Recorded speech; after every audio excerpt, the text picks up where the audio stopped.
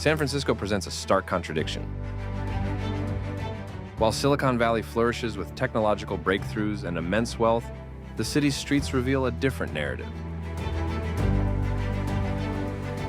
Beneath the shining skyscrapers and bustling tech giants, thousands struggle to survive in tents without a permanent place to call home. Many ensnared by the grip of addiction resort to lethal substances like fentanyl, deepening their agony.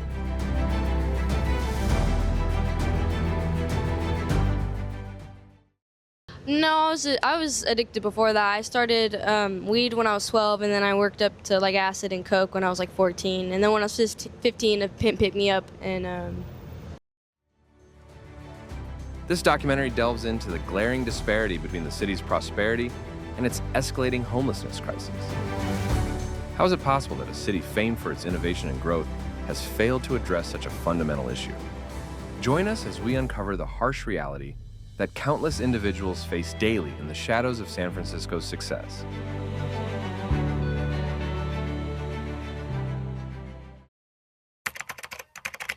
The harsh reality of homelessness in San Francisco. Homelessness in San Francisco is not a new problem, but it has grown much more severe in recent years.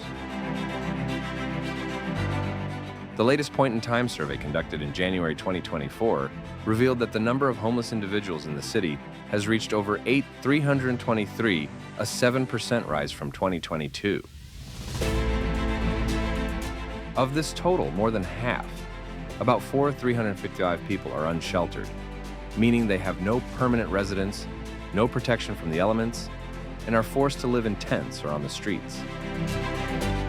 The remaining 3,968 individuals are in shelters, but these numbers continue to decline as the demand for beds far surpasses the available spaces.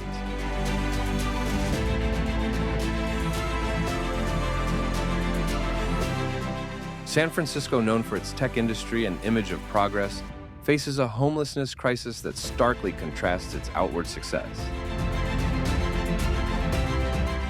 The escalating cost of rent and the severe shortage of affordable housing make it nearly impossible for low-income individuals and families to secure stable, permanent homes. In fact, the city is short at least 96,000 affordable housing units to meet current needs, but the construction of such housing is lagging far behind. This shortage leaves many people with no other option but to live on the streets.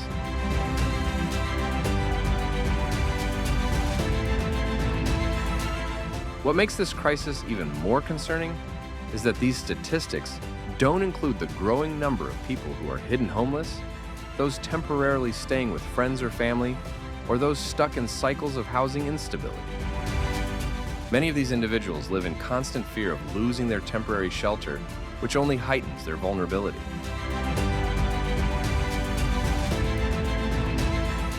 Homelessness in San Francisco isn't just a lack of housing.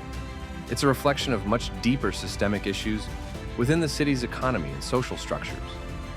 The crisis reflects the larger homelessness problem seen across America, where skyrocketing rent, a lack of affordable housing, and insufficient social support have led to an increasingly marginalized population.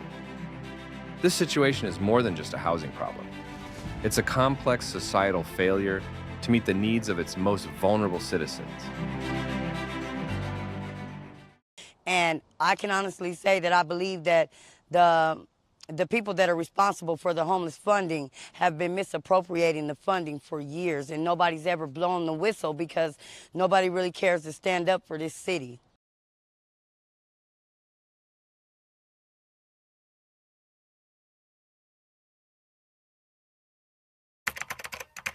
The impact of fentanyl on the homeless population. One of the most heartbreaking aspects of San Francisco's homelessness crisis is the overwhelming toll of fentanyl abuse. Fentanyl, a synthetic opioid that is up to 100 times stronger than morphine, has taken hold of the homeless population with devastating force. Its presence is most intensely felt in neighborhoods like Tenderloin and Soma areas, notorious for their high concentrations of homeless individuals. These streets, once filled with energy and promise, now bear the scars of a drug epidemic that disproportionately affects the most vulnerable. Many of those living on the streets are not only battling the harsh conditions, but also struggling with a life-threatening addiction they can barely escape. The consequences of fentanyl abuse are tragic and far-reaching. Recent reports show that fentanyl is responsible for the majority of overdose deaths in San Francisco, a sobering reminder of the opioid crisis still unfolding across America. Fentanyl, it's like, honestly, it's like a monster. It's something that controls you. When you do it, you don't care about nothing. You don't care how you get it. It takes you outside yourself. You feel numb. You feel invincible. You just feel like you're just there. You're just like existing, really. And I don't know, fentanyl for me, I think it's more of a, it just takes my emotions away, really. I don't care about anything. For many homeless individuals, fentanyl offers a brief reprieve from the agonizing realities of life on the streets: hunger exposure, isolation, and hopelessness. But this escape comes at a devastating cost.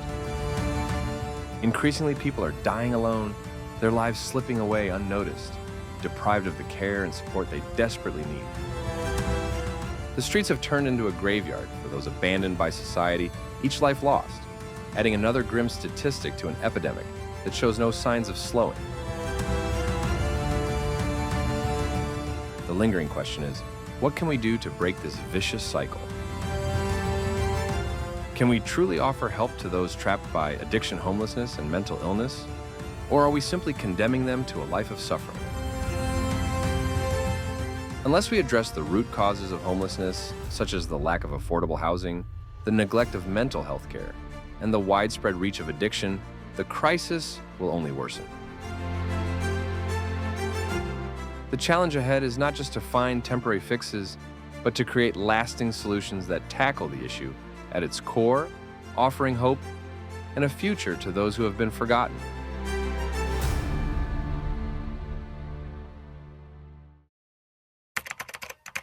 The housing crisis, a luxury in San Francisco. San Francisco's housing crisis has emerged as one of the city's most urgent issues confronting it right now. Across the decades, housing demand has surged dramatically, but supply has lagged badly behind. For 2024, projections indicate the city requires a minimum of 96,000 units of affordable housing to satisfy needs. That said, actual progress falls well short of that target. Builders are shifting more toward upscale premium projects aimed at the area's richest inhabitants, as low-cost housing initiatives drag on and lack sufficient backing. Consequently, San Francisco confronts an acute deficit of budget-friendly residences, which is inflating rental costs and displacing additional residents from their dwellings. In 2023, the typical monthly rent for a one-bedroom unit in San Francisco exceeded $3,000 in amount. That's plainly out of reach for the majority of modest-earning people and households. Such circumstances compel numerous folks to grapple with tough decisions regarding rent payments, medical care, or groceries, resulting in precarious living arrangements. Often, just one economic hardship, like unemployment or a surprise health bill, leads to people and households winding up on the sidewalks. Escalating rental fees alongside insufficient affordable options have placed countless individuals in a near-perpetual condition of anxiety, aware they're merely one emergency from forfeiting their residence. This disparity worsens due to the widening gap separating the city's affluent technology sector from its laboring populace. While Silicon Valley keeps booming living expenses in San Francisco, soar, rendering it tougher still for those with limited earnings to secure reliable shelter. Unless the city implements bold steps to favor affordable units ahead of lavish builds and risky ventures, the housing shortage will merely intensify, sustaining the pattern of homelessness.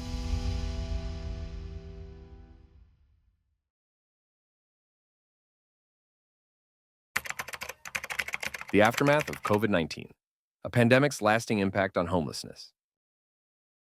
The COVID-19 outbreak greatly worsened the homelessness situation in San Francisco, forcing additional people and households out onto the sidewalks.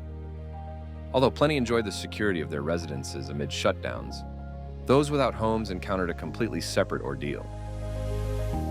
The financial repercussions of the outbreak triggered broad-scale unemployment displacements and monetary uncertainty, prompting numerous people to forfeit their dwellings and turn to the streets for refuge.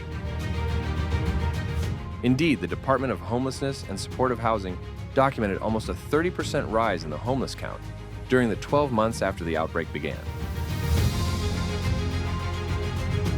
The outbreak further exposed the weaknesses among folks already dealing with homelessness. Isolation protocols and shutdown protocols rendered it substantially tougher for unhoused people to obtain essential resources, like meals, medical attention, and hygiene facilities. Facilities for shelter previously packed to capacity turned into hazardous spots for virus transmission, stranding plenty without secure lodging. Moreover, community aid programs, long under-resourced and overburdened, labored to fulfill the growing need for help, thereby aggravating the predicament. For countless among the formerly unhoused, the outbreak merely amplified their hardships. The shutdown of aid hubs restricted entry to interim lodgings, and ongoing dread of catching the virus rendered people increasingly alone and exposed. The enduring effects of the outbreak on homelessness are impossible to overemphasize. While the municipality keeps rebuilding from the fiscal and communal fallout of COVID-19, the unhoused group stays among the hardest hit. Lacking major funding for low-cost residences, psychological care, and welfare supports, the outbreak's repercussions will persist in troubling those residing outdoors.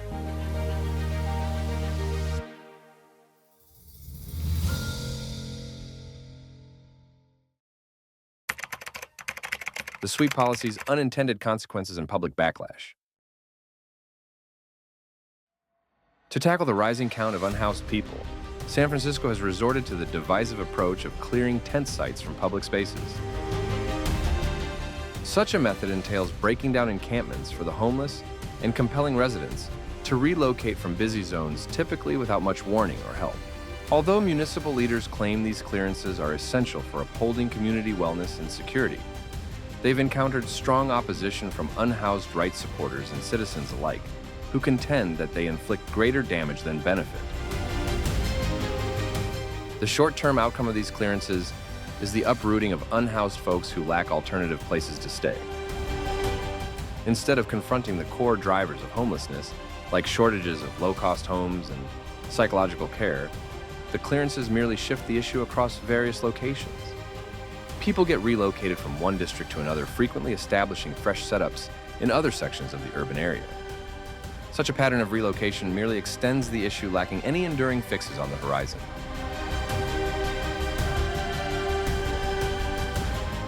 Opponents of the clearances maintain that they rob unhoused people of their leftover belongings and sense of self-respect, reducing them to barely more than what they're wearing. Moreover, such measures provide no substantial aid, like entry to residences recovery programs for substance use or psychological support. In place of that, the unhoused must manage alone, exposed to the brutal conditions of street existence. This approach gets labeled frequently as a short-lived patch that ignores the fundamental problems. Unless the municipality dedicates itself to enduring remedies like broadening low-cost housing and supplying sufficient community aid, the clearances will persist as scarcely more than a superficial cover for a far graver injury. The inquiry persists. Might these measures genuinely resolve the emergency, or do they merely serve to hide the difficulty from view? The solutions and efforts currently in motion.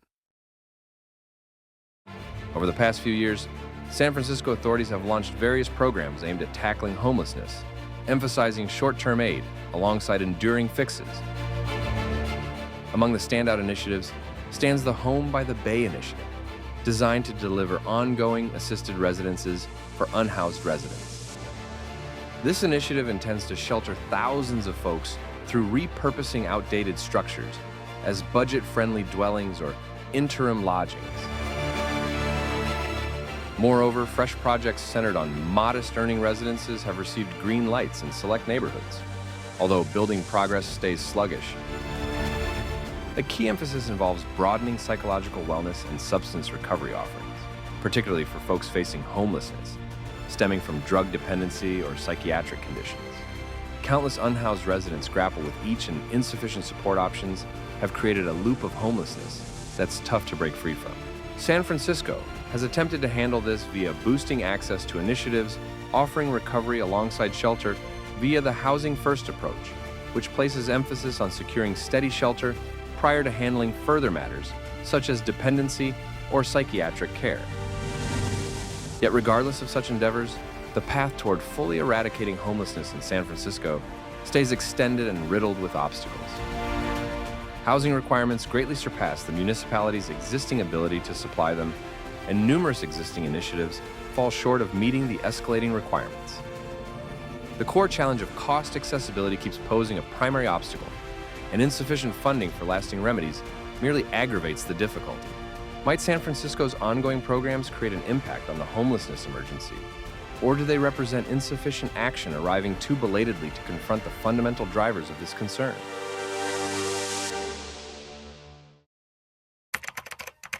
The struggles and challenges in effecting change. Even with the array of initiatives and measures designed to ease homelessness in San Francisco, plenty of obstacles persist in blocking genuine advancement.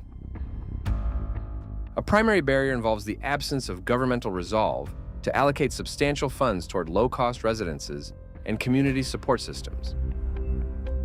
Though municipal leaders frequently discuss tackling homelessness, the truth lies in how bureaucratic and budgetary barriers hinder the execution of meaningful reforms.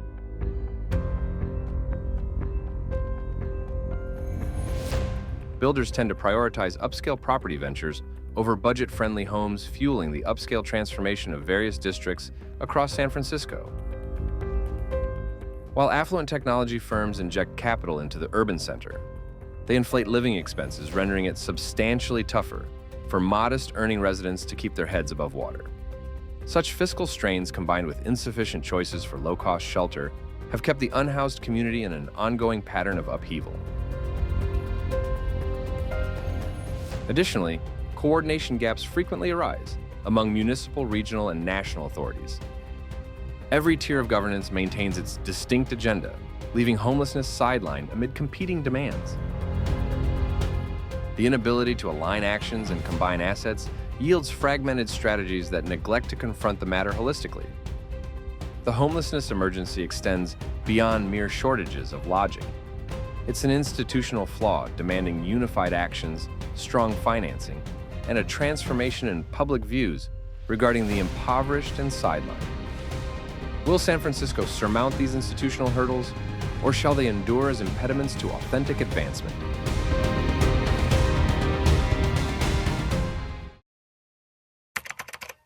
A personal perspective: what needs to change. Living in San Francisco, and certainly as part of the community at large, makes it hard to avoid sensing a profound obligation toward folks enduring homelessness. It's more than merely a matter of shelter. It's a mirror to the principles we cherish collectively as a culture. What led us to this stage, where we permit individuals to dwell outdoors, in tarps and improvised setups, ignoring entirely their self-worth or basic personhood? This emergency goes beyond mere shortages of budget-friendly homes. It's rooted in the profound cultural divides that have abandoned countless others. Yet the remedy isn't quite as straightforward as supplying additional beds. It's centered on confronting the core drivers behind homelessness shortages of low-cost residences, the fentanyl and psychological wellness emergencies, plus the cultural elements that render folks prone to slipping via the gaps. It's focused on advancing past the fleeting patches of clearing sidewalks and genuinely funding enduring remedies that deliver security and prospects for those requiring aid. To me, the inquiry isn't if we might resolve homelessness within San Francisco. It's if we collectively possess the readiness to enact the shifts required to achieve it. Do we stand ready to favor low-cost residences, psychiatric support recovery programs, and welfare safeguards ahead of the agendas of the affluent minority? That response shall shape the destiny of San Francisco, along with the destiny of homelessness in America.